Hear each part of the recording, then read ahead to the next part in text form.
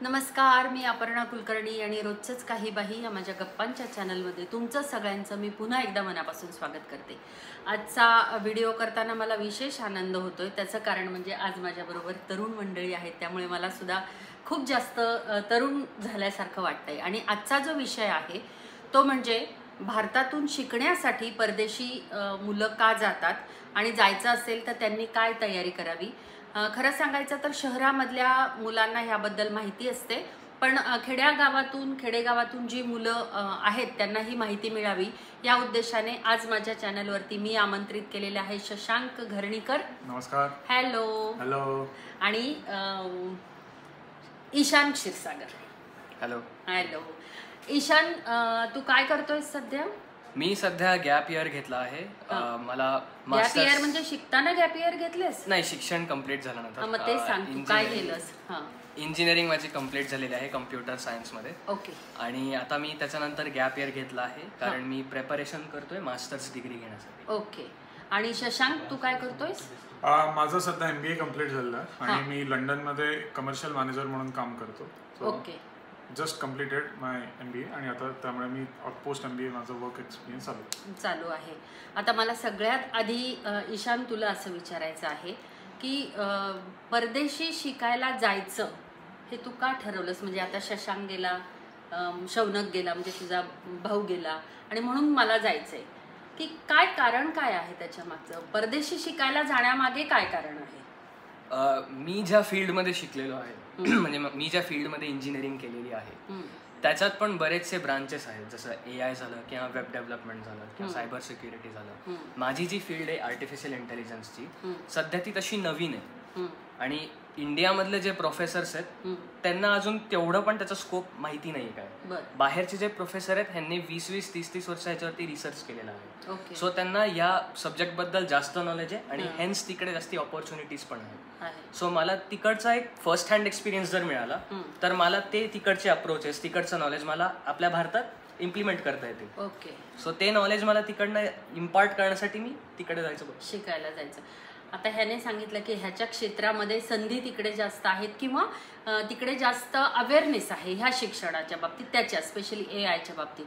पण मला वाटतं तू इंजिनिअरिंग मेकॅनिकल म्हणजे इंडस्ट्रियल इंजिनिअरिंग केलंस आणि नंतर MBA साठी तू तिकडे बाहेर गेलास. तर तुझा अप्रोच काय होता? का बाहेर जावं असं वाटलं तुला? माझी स्टोरी थोडीशी वेगळी आहे. कारण मी इंजिनिअरिंग नंतर मला बेसिक इंडियन कॉलेजेसमध्येच हवं होतं. माझं मेन कोर टार्गेट होतं जमनालाल बजाज मुंबई.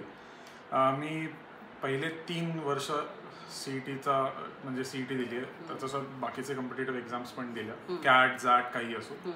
आणि every year due to some reason माझा 1 or 2 पर्सेंटाईलने कट ऑफ मिस झाला.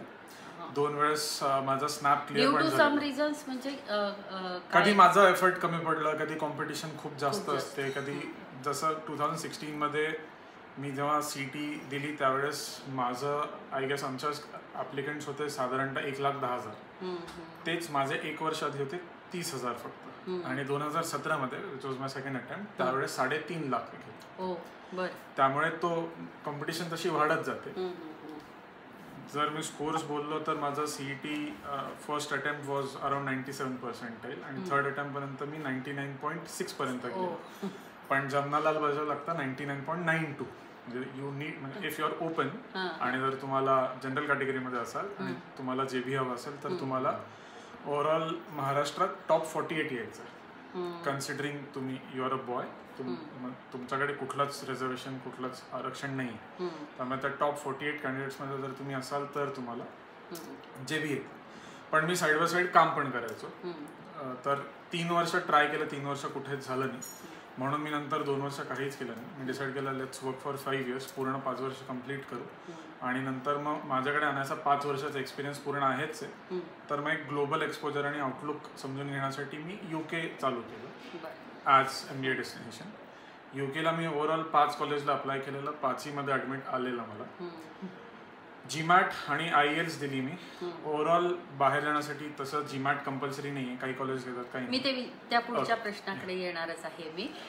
तर ह्या कारणासाठी म्हणजे एक ग्लोबल एक्सपोजर मिळतं. जर तुम्ही फ्रेशर असाल तर बाहेर जाण्यात काहीच अर्थ नाही, कारण का तुमच्यासोबत जी बॅच प्रोफाईल असते ती साधारणतः 10-1 वर्षाचा ॲव्हरेज एक्सपिरियन्स असतो. ते माझ्यासारखी 5 वर्षापासून चालू होतात ते 15-20 वर्षापर्यंतचा एक्सपिरियन्स कॅटेगरी असते. अच्छा. आणि फ्रेशर्स म्हणजे आता जसं ईशान आहे, जर ईशानला MBA करायचं असेल तर India is the best destination for. अच्छा. म्हणजे MBA करण्यासाठी इंडिया इज द बेस्ट. आणि MS म्हणजे करायचं असेल तर ते फील्ड स्पेसिफिक आहे, जिकडे जास्त ऑपॉर्च्युनिटी मिळेल तिकडे. फक्त US असं नाही, युरोपमध्ये पण बरेच ऑपॉर्च्युनिटीज आहेत आणि सेम गोज फॉर ऑस्ट्रेलिया.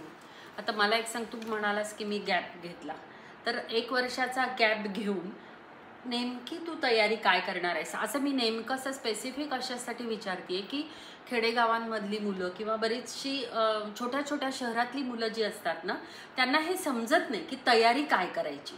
तर 1 वर्षाच्या पिरियडमध्ये बाहेर जाण्याच्या दृष्टीने तू काय तयारी करतोयस?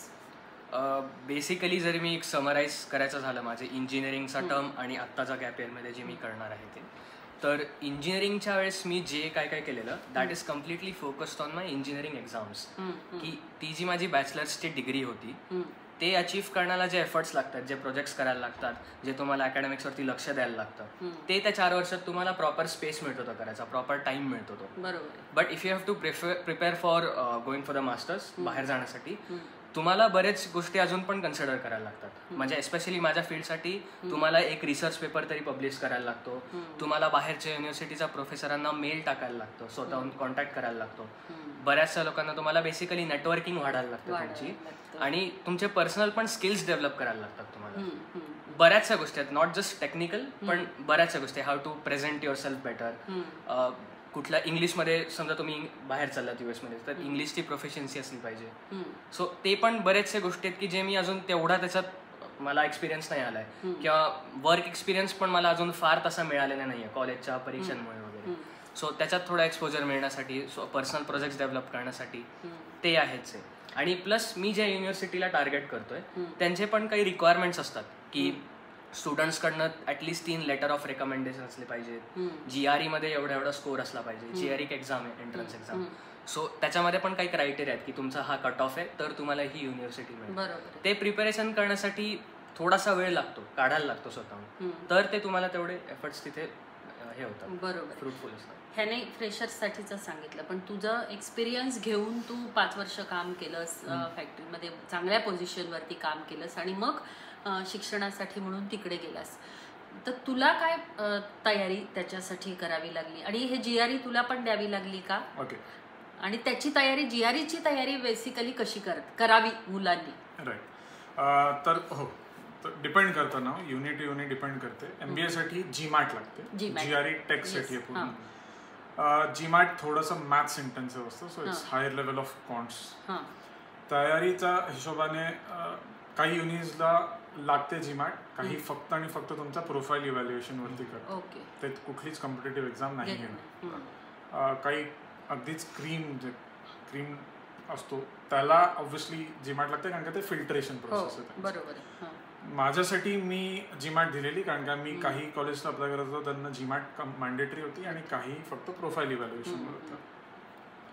इन टर्म्स ऑफ प्रेप तुम्ही स्वतः पण करू शकता GMAT ॲट सच काही, कारण का आज युट्यूबवर एवढे ऑनलाईन रिसोर्सेस आहेत, तुम्हाला इट्स नॉट नेसेसरी की तुम्ही क्लासला जाल आणि त्याच्या थ्रू प्रेप. एक्झॅक्टली मला हेच विचारायचं होतं की अगदी छोट्या गावाखेड्यांमध्ये हे क्लासेस नसतात, की तुम्ही त्या क्लासेसला जाऊन मग तुमची तयारी आपोआप होईल. कारण क्लासला गेलात की तुम्हाला आयतं मिळणार आहे की तुम्ही हे तयार करा, तुम्ही ते तयार करा. पण जी गावाखेड्यांमधली लोक आहेत तर त्यांनी त्याच्यासाठी काय तयारी करावी? आधी तू GMATचं सांग, मग तू GREचं सांग. सेम जसं आता क्लास छोट्या गावांमध्ये तेवढं एक्सपोजर नाही किंवा ते इन्फ्रा पण नाही आहे की त्यांना तो क्लासेसचा एक इन्फ्रा अवेलेबल असेल, तर ते ऑब्व्हियसली आज यूट्यूब सगळीकडेच आहे. त्या YouTube through there are multiple channels, तुम्ही ज्याच्या थ्रू तुमचे हे सगळे बेसिक्स क्लिअर कराल. ई-बुक्स असो किंवा बुक्स तर तुम्हाला छोट्या गावात पण GMAT असो, GRE असो, कुठलीही कॉम्पिटेटिव्ह एक्झामची बुक्स तर तुम्हाला तिथे मिळणारच आहेत. So you can obviously avail those resources. Channel एक basic YouTube channel Greg Mat, जो GRE साठी पण वापरला जातो, जो MBA साठी पण तुम्ही म्हणजे GMAT साठी पण त्याच्यात ते पेड आहे ऑब्व्हियसली, पण एक खूप मिनिमल फी असते त्याची, $5 पर मंथ वाली. $5 पर मंथ ऍक्च्युअली अजून कमी केले त्यांना, माझं $5. मी क्लास लावलेला, मी प्रॉपर पैसे देऊन क्लास हे करून, पण मला आजच त्याचा काही बेनिफिट झाला नाही. कारण का ते मॅथमॅटिक्स आणि इंग्लिश तेच जे तो आपण स्कूलपासून शिकत आलो. Obviously it's 2 levels up in terms of tough नाही म्हणता येणार, इट्स नॉट एक्झॅक्टली टफ, पण कॉम्प्लेक्सिटी म्हणू शकतो. कॉम्प्लेक्सिटी म्हणू, किंवा आपण त्या वोकॅबलरीला एक्सपोज नाही, कारण की वी डोंट यूज तसे वर्ड्स आपल्या डे टू डे लाईफमध्ये. तर अगेन इट्स फक्त तुमचा IQ टेस्ट येतो. GMAT मध्ये जे प्रश्न वापरले जातील ते तुम्हाला पुढे कुठेच नाही वापरले, फक्त ॲप्टिट्यूड क्लिअरन्स आहे. पण आता तू जे सांगितलंस की मी त्याच्यासाठी क्लास लावला, पण त्याचा मला फार काही उपयोग नाही झाला. तर जी होतकरू मुलं आहेत की ज्यांना हे करायचं आहे, तर त्यांच्यासाठी हा मुद्दा खूप महत्वाचा आहे की म्हणजे क्लासमध्ये पैसे नका घालू, त्याच्यापेक्षा तुम्ही जे चॅनल तू सांगितलंस ते गो थ्रू करा आणि self study is more than sufficient. पण तुमचे कन्सेप्टच क्लिअर नसतील तर डेफिनेटली ते ऑनलाईन नाही होणार. त्याच्यासाठी तुम्ही क्लासमध्ये ऑनलाईन कोचिंग बिलकुल नका घेऊ. Proper class face to face तुमचं इंटरॅक्शन झालं पाहिजे. कारण का दॅन यू मीट, तुम्हाला तुमच्यासोबतची मुलं भेटतात, मग तुम्ही डिस्कस करता, may be you keep studying with them. तसं आहे. ऑनलाईन मध्ये सगळं तुमच्यावर आहे, तुम्ही एकटेच आहात. आजच तुम्हाला कोणी नाही डाऊट चार्ट वगैरे काही मिळत नाही कुठे. सो आय थिंक 2 गोष्टी खूप इम्पॉर्टंट आहेत GREच्या प्रिपरेशनसाठी तरी. एक तर म्हणजे तुमचे फंडामेंटल्स बेसिक्स ते जर क्लिअर असतील तर you can go for online coaching. Because ultimately matter करतं तुमचं डिसिप्लिन, की तुम्ही स्वतःहून किती डेडिकेशनने अभ्यास करता एखाद्या गोष्टीचा. साधारण जर बेसिक्स क्लिअर आहेत असं समजूयात आपण, तर GREचा अभ्यास करण्यासाठी साधारण दिवसभरातला किती वेळ द्यावा मुलांनी, गावाखेड्यातल्या मुलांच्या बद्दल मी बोलते, किंवा शहरातल्या सुद्धा मुलांनी अभ्यास करण्यासाठी एक वेळ साधारण. पण तुम्ही जसं सांगितलं की ते खूप जनरल नॉलेज आहे, कॉम्प्लेक्स आहे, तर त्याच्यासाठी मग कुठली पुस्तकं रेफर करशील आणि किती वेळ द्यावा हे पण. ओके, सो GREच्या प्रिपरेशनमध्ये बेसिकली GREची एक्झाम 2 गोष्टी टेस्ट करते. एक म्हणजे तुमचं मॅथ किती चांगलं आहे आणि एक म्हणजे तुमचं व्होकॅबलरी इंग्लिश किती चांगलं आहे. इंग्लिश हे खूप तसं कॉम्प्लेक्स आहे बघायला गेलं तर, बिकॉज आपण फार इंग्लिश बोलत नाही आणि त्यांचं इंग्लिश वेगळंच आहे. सो त्या लेवलला जाण्यासाठी आय थिंक एस्पेशली इंडियन जे आपण आहोत त्यांनी इंग्लिशवरती जास्त फोकस केला पाहिजे व्हर्बलवरती. जे आपण मॅथ्स जे करतो ते 8वी 9वीचं तेच असतं, त्यामुळे त्याच्यात फार एफर्ट टाकायची गरज नाही. ॲज लॉंग एज तुमचे फंडामेंटल्स किंवा बेसिक्स क्लिअर असतील, you don't have to necessarily work for that. पण वोकॅबसाठी वगैरे इम्प्रूव्ह करायचं झालं तर पुस्तकं तर आहेच आहेत, पण आय थिंक जर तुम्ही let's say for example YouTube बघता, तर प्रेफर करा की इंग्लिशचे यूट्यूब तुम्ही व्हिडिओ बघताल थोडेफार, किंवा मूवीज तुम्ही बघतात थोडं इंग्लिश मूवीला प्रेफरन्सेस द्या. बुक्स तुम्ही वाचतात कुठले पण, स्टोरी असू दे, काही फिक्शनल असू दे, सायफाय, एनिथिंग, तुम्ही इंग्लिश थोडं प्रेफर करा स्वतःहून.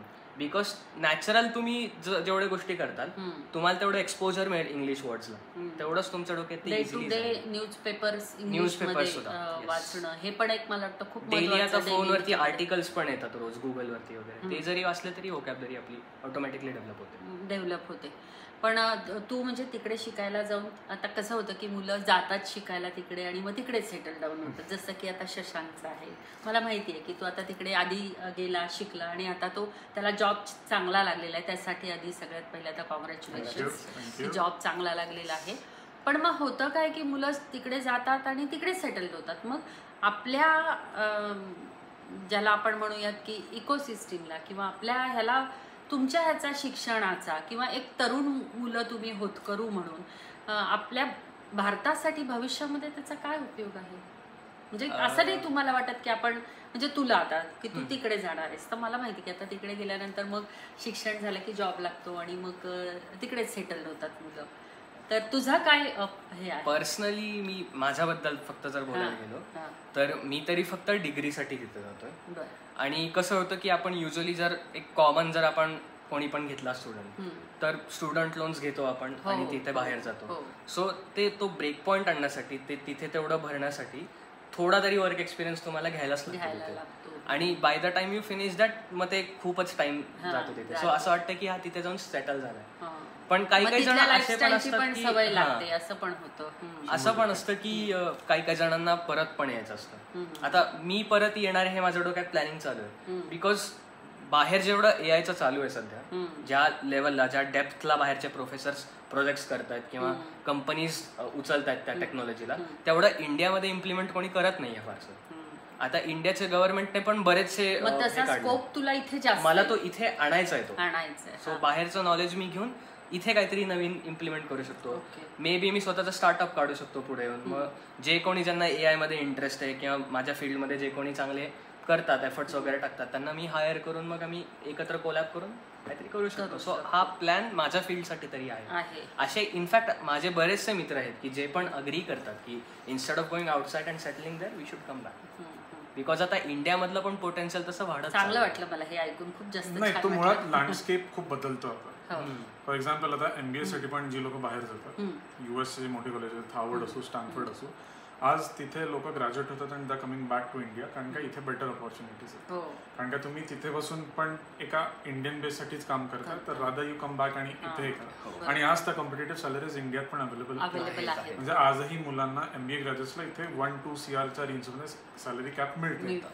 ऑब्व्हियसली ते तुमचा कॅलिबर, तुमचा स्किल सेट ह्या सगळ्यावर डिपेंड आहे. ओके, बरोबर आहे. इट डझंट गो की मी एक हार्वर्ड MBA तर मला तेवढं मिळालंच पाहिजे. कॉम्पिटिशन खूप आहे. आत्ता जो ह्याने उल्लेख केला की तिथे मग लोन काढून जावं लागतं. आता काय होतं की जे मध्यमवर्गीय, निम्न मध्यमवर्गीय आपण म्हणूयात, की ज्यांच्यामध्ये क्षमता आहे पण ते त्यांची आर्थिक परिस्थिती तेवढी नाही आहे की ते अफोर्ड करू शकतील. स्पेशली ओपन कॅटेगरीमध्ये पण असे मुलं असतात, किंवा बाहेर जाताना तर तुमची कॅटेगरीचा काही प्रश्नच येत नाही, तुम्हाला तिथे पूर्णतः तुमचं हे पाहिजे. पण जी निम्न मध्यमवर्गीय मुलं आहेत तर त्यांच्यासाठी काही स्कीम्स आहेत का लोनसाठीच्या, आणि ज्या म्हणजे उपयोगी पडू शकतील मुलांना? की काय होतं, पालकच आधी घाबरून जातात की बापरे, एक तर लाखांमध्ये ते लोन असतं आणि एवढं मोठं लोन घ्यायचं, तर ते मग घ्यावं का, आणि त्याची काय प्रोसिजर असते ती पण खूप किचकट असते का, त्याच्यासाठी पण मुलं घाबरतात. तर शशांक, तू लोन घेऊन गेलेला आहेस, तर ती सगळी प्रोसिजर तू आम्हाला सांग समजून, की काय कॉम्प्लेक्सिटी त्याच्यातली आहे आणि ते कसं सहज करता येईल. जर आधी माहिती असेल तर थोडं बरं. तर आता नॉर्मल मिडल क्लासला ऑब्व्हियसली लोन हा एकच सोर्स आहे, कारण काय फीस साधारणतः जाते 40 lakhs पासून ते 2 कोटीपर्यंत. बरोबर, इट्स अ बिग सम. काही प्री अप्रूव्ड युनिव्हर्सिटीज असतात ज्याच्यात इररेस्पेक्टिव्ह ऑफ तुमचं फॅमिली इन्कम काय, तुम्हाला तेवढं लोन सँक्शन केलेलं जातं. आता मग कुठलाही आयव्ही लीग कॉलेज असो, UK मध्ये कुठलीही रसेल ग्रुप युनी असो, त्याच्यात हे जे प्रायव्हेट बँक्स आहेत, HDFC आहे, ICICI आहे, ॲक्सिस आहे, यांच्याकडे तुम्हाला एक सर्टन अमाऊंट असते की एवढं लोन तुम्हाला without any questions asked, without collateral, without काही FD त्यांच्याकडे आपण ठेवून तेवढं लोन ते आपल्याला देऊ शकतात. UK युनिव्हर्सिटीजसाठी मला वाटतं ICICI आणि ॲक्सिस 40 लाखापर्यंत लोन असंच देतात. फक्त ती युनिव्हर्सिटी त्यांच्या अप्रूव्ड लिस्टमध्ये असली पाहिजे.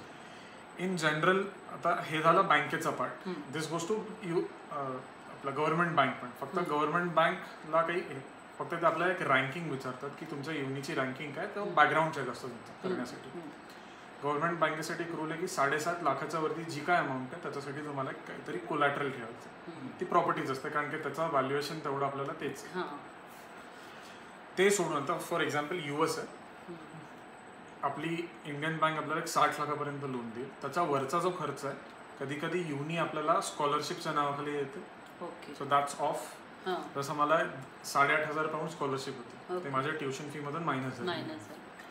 काही कॉलेजेस तिथला एक लोन प्रोव्हायडर असतो, ते तुम्हाला 10.5% APAच्या हिशोबाने लोन देतात. रेट्स आपल्यासारखेच आहेत सेम. नाही तर मग तुम्हाला युनीकडून एक लोन मिळतं की तुम्हाला मग युनी लोन देते, आणि मग while your in your second year तुम्ही ॲज रिसर्च फेलो किंवा कुठलाही एक असिस्टंट म्हणून जेव्हा काम करता, यू वोंट गेट पेड, पण तेच पैसे युनी तुमच्या लोनमधून कापते. आणि नंतर obviously Wien you get job तुम्हाला ते रिपे करायचं. तर हेल्प तुम्हाला मल्टिपल चॅनल्स आहेत. इंडियामध्ये पण खूप सारे फाउंडेशन्स आहेत, खूप सारे NGOs आहेत जे लोअर मिडल क्लास किंवा मिडल क्लास किंवा इन जनरल जे इकॉनॉमिकली चॅलेंज्ड कॅन्डिडेट्स आहेत, ज्यांच्याकडे ती रिसोर्स नाही आहे फी भरण्याची, त्यांना हेल्प करते. तुम्हाला एक बेसिक ॲप्लिकेशन भरायचं आहे, तुम्हाला त्यांना प्रूव्ह करायचं ते की I cannot pay this fees आणि आय हॅव द टॅलेंट, हे माझे मार्कशीट्स, हे माझे एंट्रन्स एक्झामचे स्कोर्स, तुम्ही हेल्प करा. असे प्लॅटफॉर्म्स आहेत भरपूर आहेत. त्यामुळे तिथूनही हेल्प आरामात मिळते. किंवा बँकेतून सुद्धा लोन करायचं तर मुलं, म्हणजे आता तुमच्यासारखी मुलं जी असतात ती त्या वयात नसतात की ती कॉम्प्लेक्सिटी समजू शकतील. फॉर्म्स भरण्यासाठी काय काय लागतं आणि तर अशासाठी सुद्धा काही एजन्सीज आहेत का की ज्या तुम्हाला हेल्प करतील ह्या सगळ्यासाठी? आहेत. फॉर प्रायव्हेट बँक काही एजन्सीज आहेत ज्या तुम्हाला डिरेक्टली त्या बँकेसोबत त्यांचा टायअप असतो आणि एक तुम्हाला RM दिला जातो. बँकेचा रिलेशनशिप मॅनेजर वेगळा आणि हा जो एजन्सी आहे त्याचा रिलेशनशिप मॅनेजर वेगळा. तुमचं ऍप्लिकेशन तो एजन्सी भरते ती आणि मग ते तुमच्या RM कडे ट्रान्सफर होतं. सेम गोष्ट तुम्ही एजन्सी थ्रू जरी नाही गेला तरी कुठल्याही बँकेत तुम्हाला एक RM मिळतो लोन अप्रूव्ह होण्यासाठी. तो तुम्हाला थ्रूआउट पूर्ण ऍप्लिकेशन प्रोसेस हेल्प करेल, प्रत्येक डॉक्युमेंट कोलेक्ट करण्यासाठी मदत करेल आणि एकदा तुमची फाईल सबमिट झाली की बँकेकडून तेवढाच सपोर्ट. म्हणजे माझा लोन SBI मधून आहे त्यामुळे माझा प्रोसेस टेक्निकली सगळ्यात लॉंग खूप जास्त आहे. पण मला तरीही काही त्रास नाही. मला सिमलेस प्रोसेस होता. मला कधीच SBI मध्ये एक छोटासा इंटरव्ह्यू होतो. बेसिक इंटरव्ह्यू नाही, तो एक तिथला मॅनेजर सोबत एक डिस्कशन राऊंड असतो. त्याच्यात ते फक्त विचारतात जस्ट टू गेज ही कॅन्डिडेट तेवढा केपेबल आहे लोन रिपे करण्यासाठी. बाकी आता आधी इट मस्ट बी चॅलेंजिंग होतं, आता तेवढं नाही कारण की आता बाहेर जाणारी तेवढी संख्या वाढली आणि आज किती नाही म्हणलं तरी बँकेला एक सर्टन सम मिळतो बाहेरच्या लोन्समध्ये. त्यामुळे बँक पण त्यांच्या साईडने तेवढंच ट्राय करते की ती प्रोसेस तेवढ्या लवकर तुमची आणि स्मूथली म्हणजे पूर्वीसारखं त्याच्यामध्ये एजंट्स आहेत आणि त्याच्यामध्ये काही असे काही व्हेरी इझी प्रोसेस. तुम्हाला फक्त बँकेत जायचं आहे, लोन डिपार्टमेंट मध्ये तुम्हाला आपोआप RM अलॉट होतो. तो तुमच्याकडून पूर्ण फॉर्म भरून घेईल, सगळे डॉक्युमेंट्स तुम्ही कलेक्ट करा, फाईल सबमिट होते, एक शॉर्ट डिस्कशन होतं आणि तुमचा लोन अप्रूव्ह होतो. अच्छा. हार्डली 1% लोन रिजेक्शनचा रेट, ते पण तुमच्या डॉक्युमेंटेशनमुळे. जर तुम्ही त्यांना नीट डॉक्युमेंटेशन नाही दिलं तर तुमचं लोन रिजेक्ट होतं. पण तिथेही बँक ट्राय करते की ते डॉक्युमेंटेशन कसं कम्प्लीट करून घेता येईल. म्हणजे ती तेवढी घाबरण्यासारखी व्हेरी स्मूथ प्रोसेस. आता तुम्ही 2 अशी उदाहरणं आहात की एक म्हणजे गॅप घेतलाय त्यांनी तो शिक्षणानंतर तयारीसाठी आणि पण त्याचा गोल आहे की मला बाहेर जायचंय शिक्षणासाठी आणि तू असा आहेस की तुला इथे म्हणजे इथे सेटल व्हायचं होतं पण तरी तू जे तुला युनिव्हर्सिटी पाहिजे ती न मिळाल्यामुळे तू बाहेर गेलास आणि आता तिथे छान सेटल झालेला आहेस आणि जी पाहिजे ती तुला बाहेर युनिव्हर्सिटी पण मिळाली. त्याच्या आधी तू 5 वर्ष इथे काम केलंस. तर मला हे समजून घ्यायचं आहे की प्रत्येकालाच हे प्रिव्हिलेज नाहीये की म्हणजे आता ह्यानी जसं की मला 1 वर्षाचा गॅप घेऊन मला जायचंय, प्रत्येकाचीच परिस्थिती ती असेल असं नाही. तर प्रत्येकाला असं आहे की मी आधी एक 4-5 वर्ष इथे नोकरी करतो, कमवतो आणि मग मी बाहेर जातो. पण मग त्या सिच्युएशनमध्ये काही प्रॉब्लेम नाही ना होत की 5 वर्ष कमवलंय आणि मग तिकडे जायचंय तर मग चांगली युनिव्हर्सिटी न मिळणं किंवा तिकडे गेल्यानंतर जॉबच नाही मिळाला तर मग इथलं हातचं सोडायचं आणि पळत्याच्या मागे लागायचं असं काही. तो पण एक करिअर शेपिंग डिसिजन आहे अगेन. कारण की तुम्ही यू हॅव इन्व्हेस्टेड 5 years तुमच्यात, तुम्ही 5 वर्षानंतर एक स्पेसिफिक रेंज ऑफ सॅलरीवर येता जिथे तुम्हाला तो विचार करायचाच आहे की मी हे मोर ऑर लेस एक थोडीफार स्टेबल झालेली लाईफ आहे ती सगळी सोडून अगेन तुम्ही तुमच्या कम्फर्ट झोनच्या बाहेर जाता. तेव्हा you step out of the country, कोणीच नाही, काहीच नाही, त्यामुळे तो फरक पडतो. पण जर तुम्ही 5 वर्षानंतर जात असाल तर ऑब्व्हियसली यू मेक शुअर की तुम्ही एका चांगल्याच युनिमध्ये जाता. फक्त बाहेर जाण्यासाठी जाऊ नका. रादर यू एन्श्योर की तुम्ही एक जसं UK असो तर फॉर UK कुठलाही रसल ग्रुप युनी जा. US मध्ये आयव्ही लीग काढणं is a very tough task. कारण का तिथे अगेन कॉम्पिटिशन तुम्ही इंडियन सोबतच तिथे कम्पीट करता. ग्लोबली तर वेगळं पण तुम्ही आज इंडियन पूल ऑफ ऍप्लिकंट्स मध्येच वेगळी कॉम्पिटिशन आहे. UK मध्ये आय गेस 14 युनिव्हर्सिटीज येतात टोटल जे रसल ग्रुप आहेत. सो जसं US मध्ये आयव्ही आहे तसं UK मध्ये रसल ग्रुप आहे. फक्त इथे ऍडमिशन क्रायटेरिया तेवढा टफ नाही. तिथे बेसिक तुमचं 10th 12th फक्त UK is more research based. US आणि इंडिया थोडा अकॅडमिक बेस्ड. UK मध्ये तुमच्या रिसर्च वरती थोडा जास्त जोर. कारण का मला थ्रू आउट MBA एक्झाम्स काहीच नव्हतं. मी फक्त essays लिहिले, असाइनमेंट्स लिहिल्यात आणि माझे स्वतःचे पेपर लिहिले. त्याच्यातूनच आणि मग तिथे लाईव्ह प्रोजेक्ट्स असतात. मग आम्ही मे बी 4 कंपन्यांसोबत 4 लाईव्ह प्रोजेक्ट केले तर त्याच्यातून मी काय शिकतो तिथला एज्युकेशन सिस्टम तशी. मग आम्हाला स्टडी ट्रिप्स होते, जसे मी फ्रान्स गेलेलो. मग फ्रान्समध्ये आम्हाला लाईव्ह प्रोजेक्ट होते तिथे, त्याच्यातून आम्ही काही शिकलो. विदिन माझ्या सेमिस्टरमध्ये प्रत्येक सेमिस्टरला 2 लाईव्ह प्रोजेक्ट्स असतात. त्याच्यात कन्सल्टिंग चॅलेंजेस असतात. मग तुम्ही एक लाईव्ह प्रोजेक्टवरती जेव्हा काम करता तेव्हा ते रिअल टाइम लर्निंग्स आहेत जे तुम्ही अडॅप्ट करता. So this is research based learning. India आणि US मध्ये एक्झाम्स पूर्णपणे हां. की तुम्हाला फुल प्रेशर एन्व्हायरमेंटमध्ये एक्झाम्स द्यायच्या, अलॉंगसाइड असाइनमेंट्स पण कम्प्लीट करायचे आणि then you are given put in the market आणि मग तुमचं स्किल्स क्वांटिटेटिव्ह बेस्ड खूप आहे. हां. पण आता तिकडे तू इंग्लंडला गेल्यानंतर जसं आपण म्हणतो की तिकडून इकडे आल्यानंतर चेंज होतो आणि मग वातावरण बदललेलं असतं किंवा सगळ्याच लाईफस्टाईलमध्ये बदल असतो, सगळंच बदल असतं. इकॉनॉमिकली तिथे गेल्यानंतर खूप चॅलेंजेस येतात का? कारण तुम्ही जी फीससाठी लागणारं आहे किंवा तुम्हाला जे शिक्षणासाठी जो काही खर्च आहे तो तुम्हाला मिळू शकतो स्कॉलरशिप्समधून किंवा बँके थ्रू लोन म्हणून, पण तिथे राहण्याचा जो तुमचा खर्च आहे तर तिथे ते चॅलेंजेस काय असतात आणि त्याच्यासाठी मग तुम्ही काय करता लोक असं काही काय केलं पाहिजे म्हणजे काय केलं पाहिजे? काही प्रायव्हेट बँक्स आहेत जे तुमच्या लिव्हिंग कॉस्टसाठी पण लोन देतात. गव्हर्नमेंट बँक तुम्ही कुठलाही एक्सपेन्स शो करता त्याचा एक एव्हिडन्स मागतात ज्याच्या अगेन्स्ट तुम्हाला ती रिइम्बर्समेंट असो किंवा डिस्बर्स करतात. ट्युशन फीचर्स आपल्याला एक डिमांड लेटर द्यायचं की ट्युशन हे कॅलेंडर आहे, ह्या डेट्सला म्हणजे रिलीज झाली पाहिजे, तर बँक त्या डेटला रिलीज करते. गव्हर्नमेंट बँक्स तुमच्या लिव्हिंग कॉस्टसाठी कधीच पैसे देत नाही, ते तुमची तुम्हाला मॅनेज करतात. प्रायव्हेट बँक्स देतात, ते तुम्हाला विचारतात तुम्ही बोलला मला आज 3 लाख हवे, तुमच्या अकाउंटला 3 लाख डिस्बर्स केलं. तर आता जसे मला लिव्हिंग कॉस्टसाठी काही नव्हतं, पण आय वॉज फॉर्च्युनेट इनफ की माझी एक सेव्हिंग्स होती 5 वर्षाची, त्यामुळे मी ती युटिलाइज केली. आणि तो खर्च खूप असतो. आपण ऑनलाईन रीड करून जातो की साधारणतः मंथली एवढे लागणार आहेत, 25,000 मंथली माझा खायचा खर्च आहे. रफली अप्रॉक्सिमेट तुम्हाला 4 लाख रुपये मिनिमम लागणार. आणि this is a very constrained lifestyle. तुम्ही कुठे बाहेर जात नाही खायला, पण हे this is a very again healthy lifestyle जिथे तुम्ही खुश आहात. म्हणजे इथे एक कॉम्प्रोमाइज किंवा खूप जास्त सॅक्रिफाईस करून की मी दिवसाचं एकच वेळा खातो नाही, तुम्ही नीट खाऊन पिऊन बेसिक लाईफस्टाईल तुमची आहे. फक्त जे इंडियात तुम्ही शॉपिंग स्प्रीवर जाता, इकडे तिकडे फिरायला जाता, ते नाही होऊ शकत. आता ईशान तू जाणार आहेस, त्याचे जसं म्हटलं त्याने की 4 वर्षाचं त्याचं सेव्हिंग होतं आणि ते त्याला उपयोगाला आलं तिथे. पण मी म्हणजे आता खूप जण गेलेत आणि सगळ्यांचं आपण पाहतोय की तिथे खूप जास्त स्वतःची कामं स्वतःला करायला लागतात. आणि आपण इंडियामध्ये पाहतो, आता आपल्यालाही माहिती घरामध्ये आपल्या गोष्टी आई सगळ्या गोष्टी करत असते किंवा कामाला पण मंडळी असतात. तर तू त्या दृष्टीने काही तू तयारी केली आहेस का की स्वतःची कामं स्वतः करणं किंवा जेवण बेसिक बनवता येणं ह्या दृष्टीने तू काही करतोयस का? कुकिंग ऍक्च्युली गॅप इयर मी फक्त टेक्निकल गोष्टींसाठी पण नाही घेतलाय, ह्या गोष्टींसाठी पण घेतलाय की कुकिंग शिकणे किंवा बेसिक जे टास्क आहेत काही पण म्हणजे झालं भांडी घासण्यापासून एव्हरीथिंग. तसा मला मी कॉलेजमध्ये असताना मी एकटाच राहत होतो घरी, सो त्या गोष्टींची मला सवय आहे. पण कुकिंग जर म्हणलं किंवा फायनान्सेस मॅनेज करणं, एक्सपेंडिचर किती होतं काय, त्याच्यात थोडंसं नॉलेज मला अजून तेवढं नाहीये.